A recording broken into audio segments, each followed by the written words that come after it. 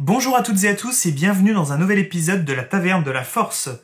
Cette semaine, nous allons faire une vidéo un petit peu particulière puisque nous allons parler de technique et nous allons parler surtout d'un petit accessoire qui pourrait se révéler indispensable pour faire des fan-films. Mais bien sûr, après l'intro.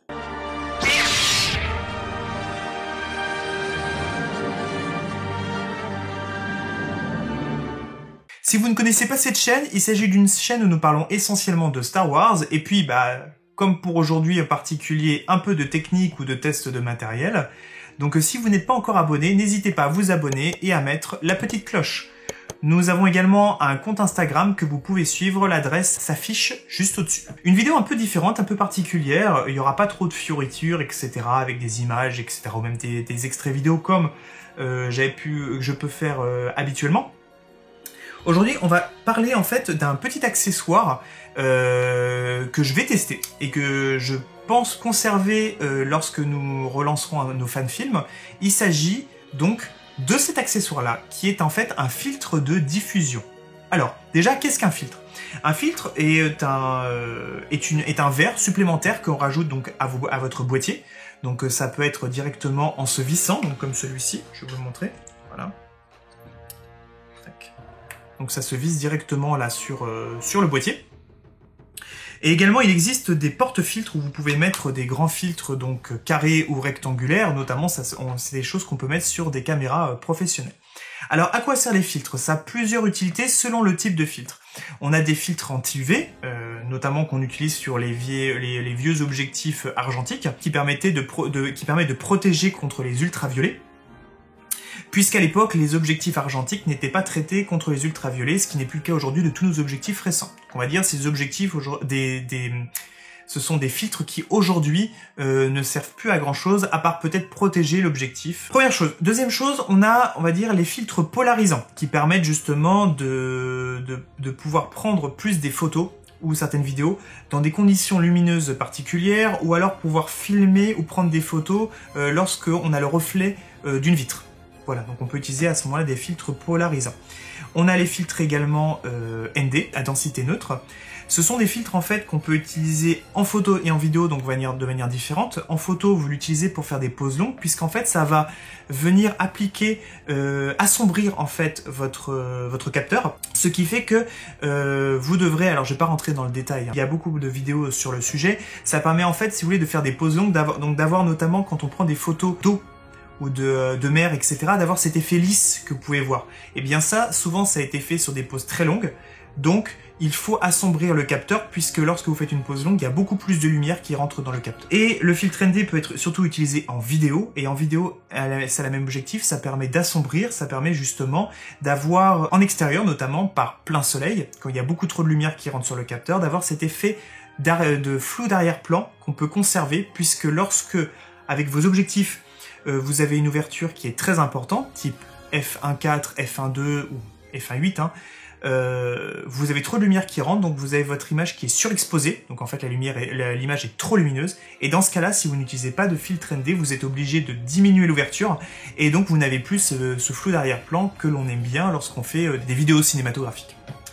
Alors, et il y a ce dernier filtre que je ne connaissais pas avant, que j'ai découvert il y a peu de temps, notamment en voyant une vidéo de Mathieu Misiraka, que je vous invite à aller voir, je la mets en description. C'est en fait un filtre bien particulier, donc je vous remontre, hein, qui va avoir la particularité, alors vous allez peut-être trouver ça bizarre, mais qui a la particularité en fait de rendre l'image un peu flou. Alors, vous allez me dire, mais quel est l'intérêt? Si l'image est floue, c'est pas beau, c'est moche, voilà. Il y a absolument aucun intérêt à avoir une image qui est floue. Alors j'ai envie de vous dire oui et non.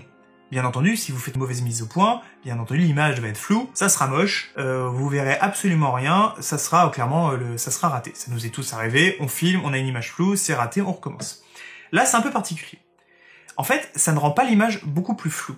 Ça applique en fait une sorte de filtre qui va lisser l'image. Vous allez me dire, mais pourquoi lisser l'image? En effet, aujourd'hui, autant avoir une image de meilleure qualité avec ce qu'on appelle un piqué, donc une netteté qui est bien plus importante. Eh bien, tout dépend de ce que vous voulez faire. Si vous voulez faire des vidéos, on va dire un peu plus corporate, vous voulez filmer vos vacances, vous voulez avoir quelque chose, on va dire, de plus naturel, et bien entendu, il est plus important d'avoir un véritable bon piqué, notamment ce que fournissent nos objectifs récents, puisqu'aujourd'hui les objectifs récents ont un rendu d'image qui est très piqué. Mais, et c'est aussi l'utilité de ce filtre, le problème de ce piqué-là, c'est que ça rend l'image, on va dire, un peu moins naturelle, un peu trop numérique. On va voir tous les pores de la peau, on va voir toutes les imperfections, des choses que même, je sais pas si vous voyez, mais dans la vie courante, lorsqu'on est avec des gens, lorsqu'on discute, clairement, vous n'allez pas revoir ces pores de la peau, vous n'allez pas y faire attention. Alors que là, sur une vidéo, clairement, vous êtes obligé d'avoir l'œil dessus. Et ça rend, on va dire, quelque chose d'un peu moins cinématographique. Pourquoi? Vous allez me dire, bah, ça dépend du cinéma, le vieux cinéma, le cinéma récent, en effet, on voit, c'est plus net, etc. Alors j'ai envie de dire oui, oui et non. Puisque si vous regardez bien un film récent, prenez, mettons, Star Wars épisode 9, par exemple, vous voyez qu'en effet, l'image est bien piquée, vous voyez que quelque chose est net, mais si vous regardez bien, vous ne voyez pas les pores de la peau de Rey, vous ne voyez pas les détails ultra précis, les petits grains de sable qui pourraient se mettre à certains endroits parce que c'est lissé. Et en fait, ce filtre-là, il est déjà intégré sur les caméras cinéma. Vous prenez même des caméras professionnelles portables, style le Panasonic S1H, ce filtre de diffusion, parce que c'est un filtre de diffusion, est déjà intégré. Donc c'est ce qui va donner en fait cette image un peu satinée, un peu douce, qu'on peut retrouver au cinéma. Bien entendu sur nos appareils photo classiques, comme le mien par exemple, moi j'ai un GH5, ou alors si vous prenez d'autres appareils photo type un Sony A7S III ou même un Canon EOS R5, clairement aujourd'hui vous n'allez pas avoir cette image un peu lisse, ça serait quelque chose qui sera très piqué. Pourquoi? Parce que on veut que ça soit aussi des caméras qui puissent être utilisées pour du corporate, qui puissent être utilisées pour de la photo, puisque la photo en effet on a besoin d'avoir cette image qui est très piquée pour le coup. Et du coup la seule solution, eh bien c'est ce filtre de diffusion. Voilà, donc je le visse sur mon objectif.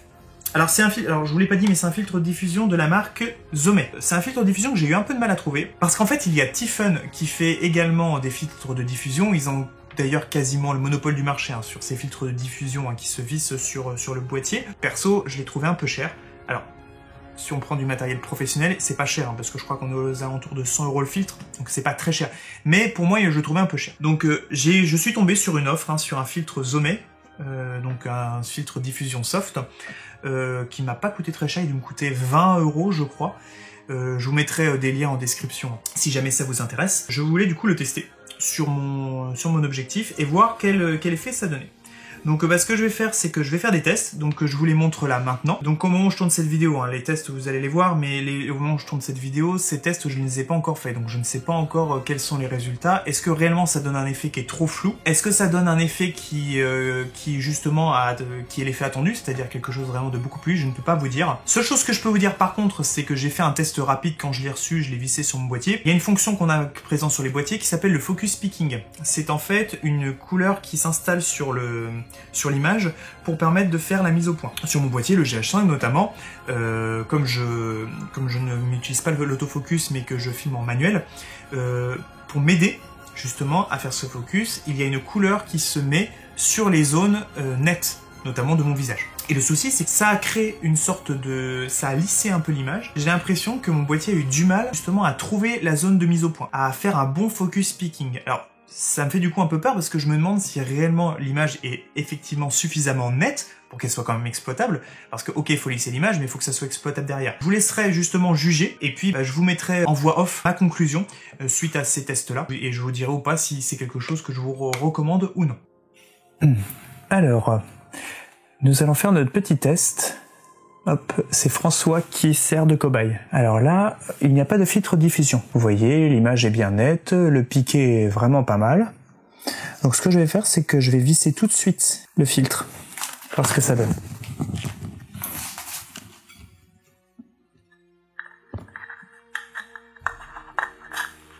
Si j'y arrive.